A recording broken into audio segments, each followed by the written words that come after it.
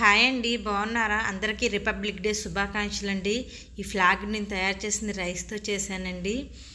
Carrot rice, కొబ్బరి rice, కరివేపాకు రైస్తో చేశానండి. ఇప్పుడు మీకు ఈ 3 రైస్లు కూడా తయారు చేసి చూపిస్తున్నాను. కరివేపాకు రైస్ వచ్చేపాటికి కరివేపాకు ఒక గుప్పుడు, 2 పచ్చిమిర్చి, చిన్న అల్లం ముక్క మిక్సీ గిన్నెలో వేసుకుని కొద్దిగా వాటర్ పోసుకుని ఇలా పేస్ట్లా పట్టుకోవాలండి. ఇప్పుడు కళాయి పెట్టుకొని ఆయిల్ పోసుకొని కొద్దిగా పోపు దినుసులు,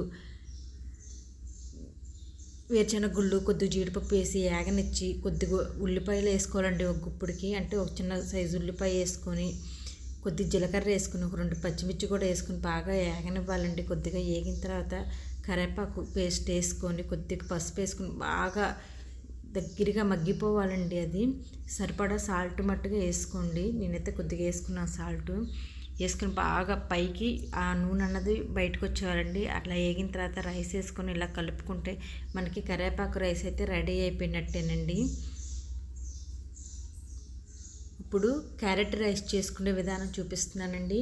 ఇప్పుడు ముందుగా అయితే కనుక కళాయి పెట్టి ఆయిల్ పోసుకొని పోపు దినుసులు, జీలకర్ర, వేరుశనగ గుళ్ళు, కొద్దిగా జీడిపప్పు వేసి కొద్దిగా ఏగనివ్వాలండి.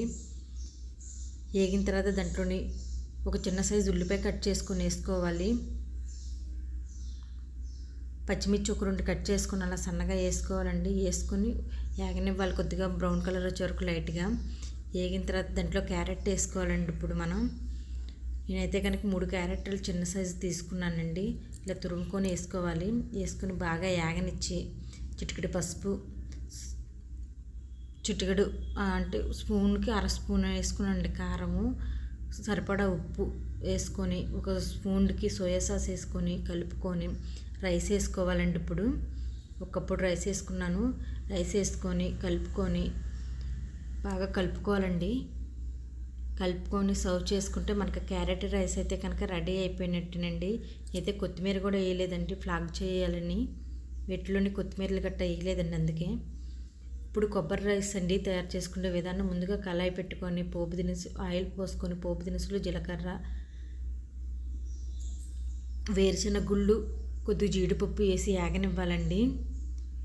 ఒక ఉల్లిపాయ చిన్న సైజుది కట్ చేసుకొని వేసుకోవాలి. ఎండుమిర్చి ఒక 3 వేసుకోండి, ఎందుకంటే కారం వేయం కాబట్టి ఎండుమిర్చి వేసుకుంటున్నానండి. ఒక ఉల్లిపాయ అయితే కట్ చేసుకొని ఉంచుకొని వేసుకోవాలండి. ఒక 3 పచ్చిమిర్చి వేసుకుంటున్నాను, కట్ చేసుకొని వేసుకోవాలండి. వేసుకొని అది ఏగేలోపు మనం కొబ్బరి మిక్సీ పట్టుకుందామండి. కొబ్బరి అయితే కనుక చిన్న చిన్న ముక్కలుగా కట్ చేసుకొని మిక్సీ పట్టుకున్నానండి ఇలాగా. ఇప్పుడు వేగినాయండి. ఇప్పుడు కొబ్బరి వేసేసుకుందాము. కొబ్బరి వేసుకొని దాంట్లోని కొద్ది కొబ్బరి ఉంచానండి, కొద్ది కొబ్బరి వేసాను. వేసుకొని బాగా ఏగనివ్వాలి. ఇప్పుడు దాంట్లో సరిపడా ఉప్పు వేసుకోవాలండి. రైస్కి సరిపడా ఉప్పు వేసుకొని ఒక కప్పుడికి రైస్ వేసుకుంటున్నానండి నేను. ఇప్పుడు ఈ రైస్ బాగా కలుపుకోవాలి.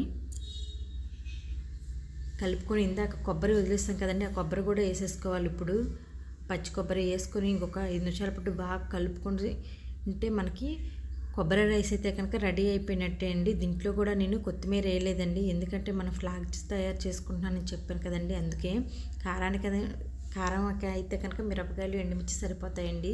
ఇదిగోండి ఫ్లాగ్కి ఇలాగా క్యారెట్ రైసు, కొబ్బరి రైసు, కరివేపాకు రైస్ అయితే కనుక రెడీ అయిపోయిందండి. నచ్చితే లైక్ చేయండి, షేర్ చేయండి.